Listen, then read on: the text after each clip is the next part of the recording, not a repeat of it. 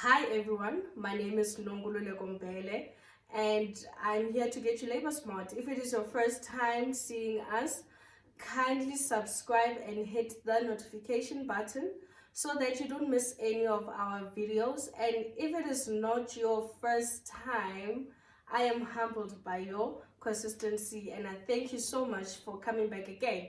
I hope that these videos are informative for you, and I hope that you can also say proudly so that you are labor smart. So today we are going to talk about COVID-19 and the vaccination. How does it affect us in the workplace, and can our employer force us to get a vaccination before we can go back to work or before we may continue with our duties in the workplace? I know that COVID-19 has affected our lives one way or the other, and it has changed life as we know it.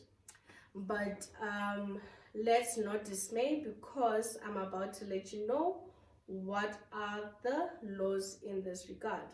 Personally, I love the fact that we have the Constitution, because it really does afford us many rights, and we can stand for ourselves, in this instance where we cannot be coerced into doing something that we do not really want to do. All right. So our Constitution, chapter 2 of our Constitution, is the Bill of Rights, and the Bill of Rights actually affords us the right to bodily integrity. This is beautiful because you as an individual, you can decide on what happens to your body. You have the right to say no if ever you do not want anything to be done on your body. This is quite comforting, because I believe that if we did not have this right, we might have found ourselves in a very compromised situation where, if ever people really wanted to take advantage of the fact that we do not have this right, they could have done so a long time ago, and we would have been compelled to agreeing to things that we did not want to be done on our bodies or with our bodies. Okay, so that's the first thing that is really quite comforting to me, and I hope that it is also comforting to you.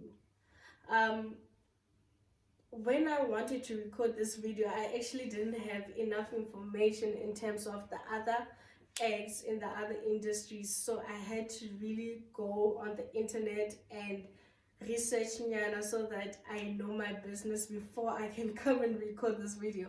So the other second legislation that is very helpful in this regard is the National Health Act. Yeah, this act actually stipulates that no person may force you to undergo any medical treatment without your consent. And remember, people, when we talk about consent, it has to be voluntarily so.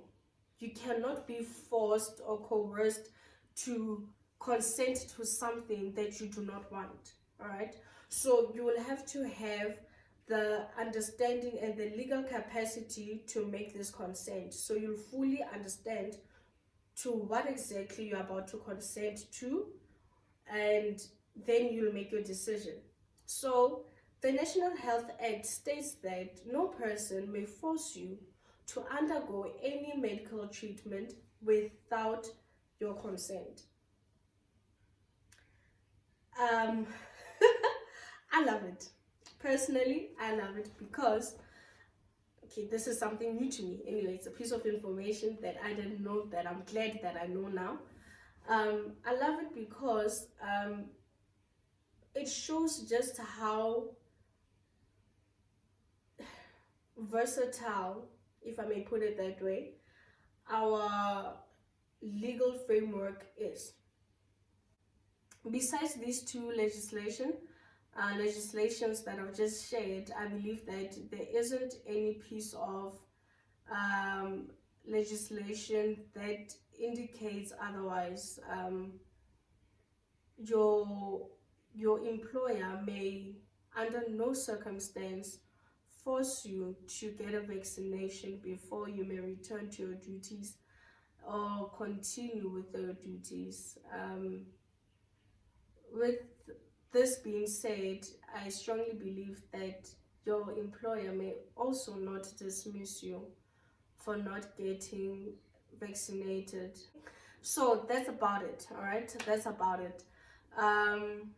Do not find yourself cornered into getting a vaccination. If ever you want to get a vaccination, it should be from your own free will, and no one should force you under any circumstances. All right.